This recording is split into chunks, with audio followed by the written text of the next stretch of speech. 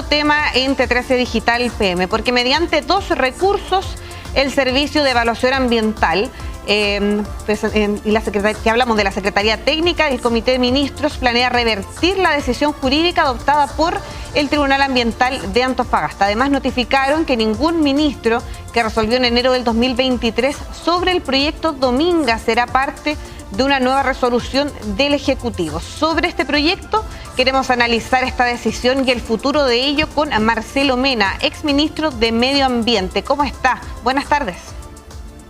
Hola, buenas tardes.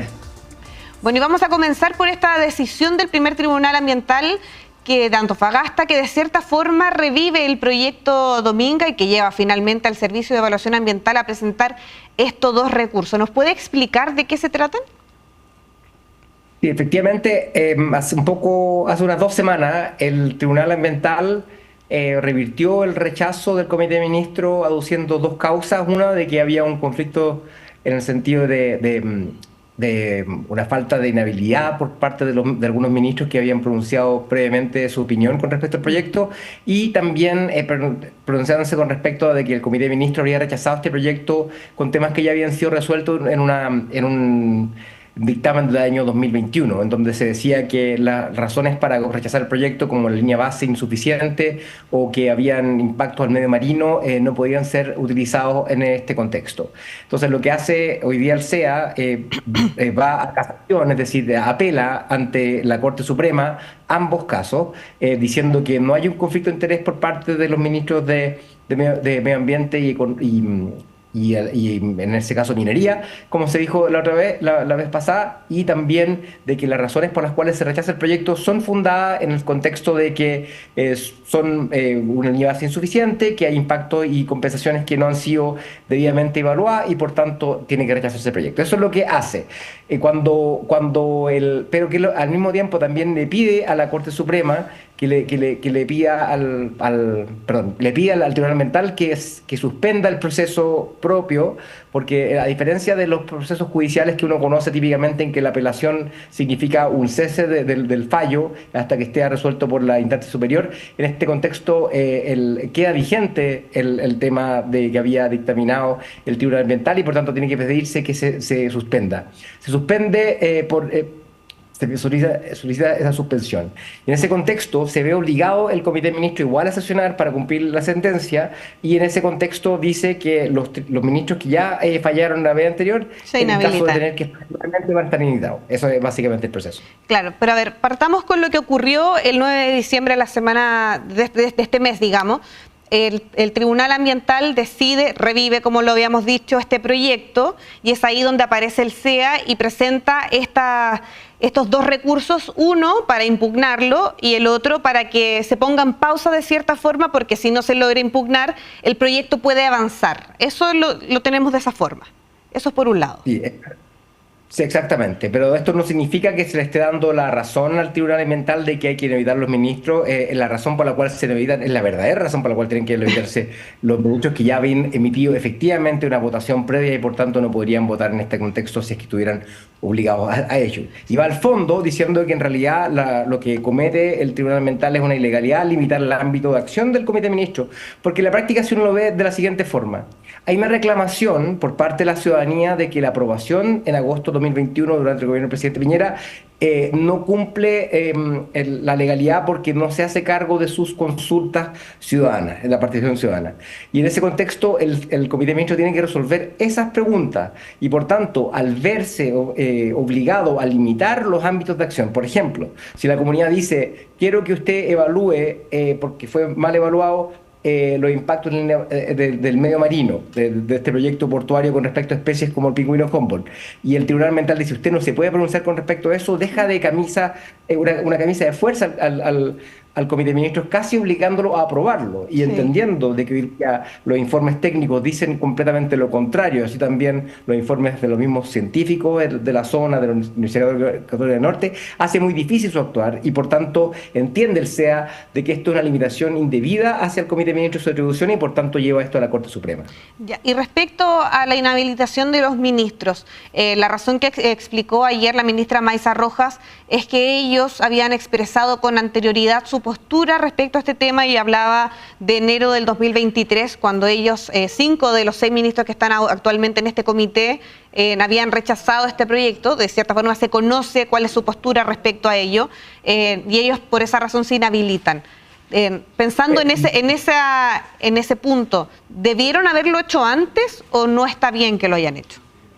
En mi opinión, no. De hecho, justamente dentro de los argumentos que entrega el Comité de Ministros al solicitar, en este contexto, un informe a Contraloría con respecto a su inhabilitación, tanto esta vez anterior como quién debería presidir el Comité de Ministros en este contexto, también se refiere a que la Contraloría del año 2023, con respecto a una solicitud similar, se había pronunciado de que no era necesario inhabilitarse en el año 2023. En este contexto, nuevamente, si tuvieran que juntarse, sí, evidentemente ya han emitido un juicio previo y por tanto deberían inhabilitarse, pero eso es lo que ocurre. Ahora, lo que ocurre es que también cuando el Tribunal Ambiental hace una aseveración tan grave, lleva a una cosa bien absurda, porque en la práctica, ayer la ministra se junta, preside y dice, yo básicamente no sabemos quién debería presidir este comité de ministros, porque tanto yo como el subsecretario estamos inhabilitados y por tanto, de acuerdo a la definición de las subrogancias,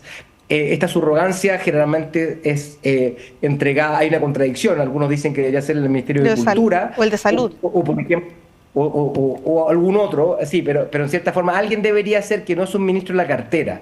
Y por tanto, por eso le pide a la Contraloría a pronunciarse quién debería, en tal caso, estar a cargo de ese comité de ministros, habiéndose los dos titulares de la cartera, el ministro subsecretario habiéndose inhabilitado correctamente en este contexto. ¿Qué pasa ahora que ya los 6 ministros se inhabilitan?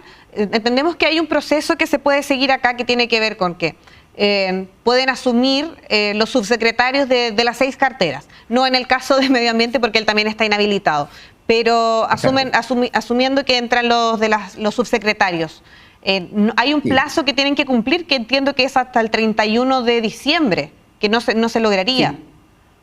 Habrían 15 días y por tanto es por eso que también pide al Tribunal Ambiental suspender el proceso, porque no se le puede pedir algo que es imposible. Por ejemplo, ¿quién va a presidir ese comité de ministros si no está claro? Hay un pronunciamiento de Contraloría de por medio.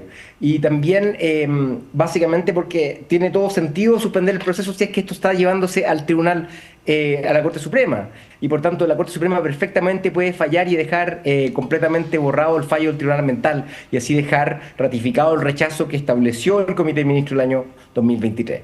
Es enredado, pero en la práctica tiene que ver con que porque esto es lo que llega cuando hace unos fallos absurdos. Si el Tribunal Ambiental no hubiera hablado de las inhabilidades, podríamos estar hablando del fondo y eso es lo que se estaría discutiendo. En este contexto estamos hablando de cosas que van más bien por la forma y eso tiene que ver con un mal fallo que tenía más bien que características personales y de vendetta, en cierta forma, hacia los ministros, y eso es lo que lleva a estas situaciones bastante absurdas. ¿Cómo afecta entonces la situación en la que estamos ahora? ¿El proyecto podría perder esta posibilidad de seguir adelante entonces?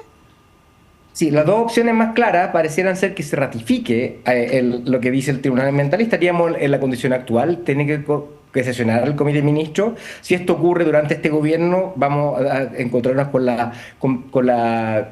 la dificultad de poder determinar quién es el que preside este Comité de Ministros y si es el nuevo gobierno, tendrán que ser nuevos ministros los que lo hacen y eso sería parte usualmente probablemente dentro del próximo gobierno al inicio, porque es lo que demoraría este tipo de fallos. En el contexto escenario que yo creo que es el justo, tiene que ver con que se debería rechazar lo que estableció el Tribunal Ambiental y ratificar el rechazo por parte del Servicio de Evaluación Ambiental y el Comité de Ministros, entendiéndose de que los argumentos que entregaron los servicios técnicos ante las observaciones ciudadanas son contundentes, indicando que el proyecto está mal localizado. De hecho, está localizado en lo que hoy día es un área protegida, un área marina costera protegida, porque en este contexto hay una biodiversidad que es única y por tanto difícilmente se puede aprobar un proyecto con antecedentes que datan del año 2012, siendo el año 2024 con una población que ha bajado, ha cambiado en esa zona y que es más vulnerable de lo que era el año 2013 cuando se evalúa inicialmente este proyecto.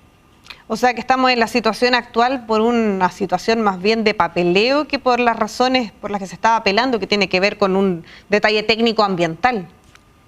Sí, o sea, en la práctica eso es lo que ocurre cuando se toman decisiones que tienen que ver con esta naturaleza, hacia los ministros y sus inhabilidades. Si nosotros estuviéramos hablando de un fallo que va directamente a las razones por las cuales se rechaza, estaríamos hablando estrictamente de eso y estaría discutiendo eso y no estaríamos enredando a la gente que está escuchando, porque básicamente es un fallo bastante único, nuevo, que no se había dado antes, porque nunca se había hablado de las inhabilidades de los ministros de Estado en un contexto de un comité de ministros. No sé, es una situación bastante complicada y enredada por lo demás, ya que tenemos dos recursos que el segundo funciona en base al primero, esperando a que el primero resulte o no, las inhabilidades de los ministros por el otro lado.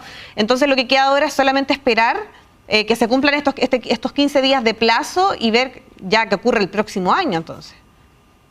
Sí, oye, efectivamente ver lo que dice el Tribunal Ambiental si es que suspende como debería, esto en el sentido de que claramente tiene sentido porque hoy día está discutiéndose el fondo de su fallo ante la Corte Suprema.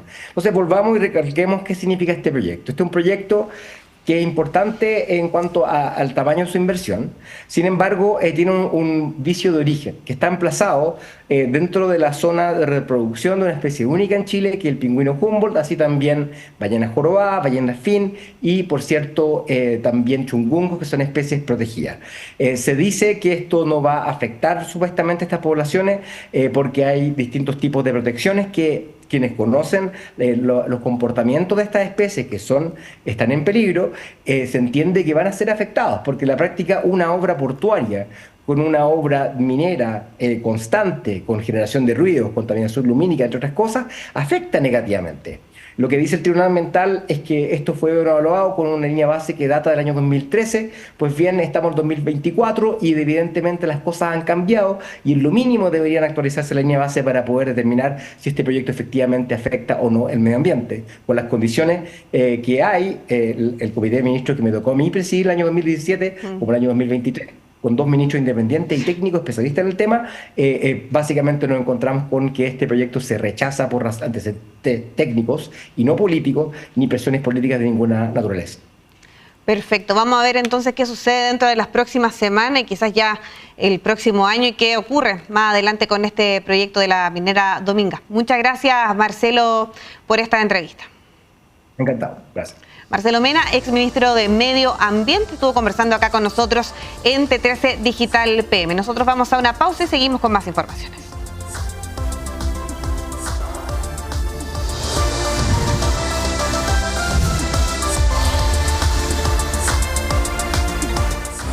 Mañana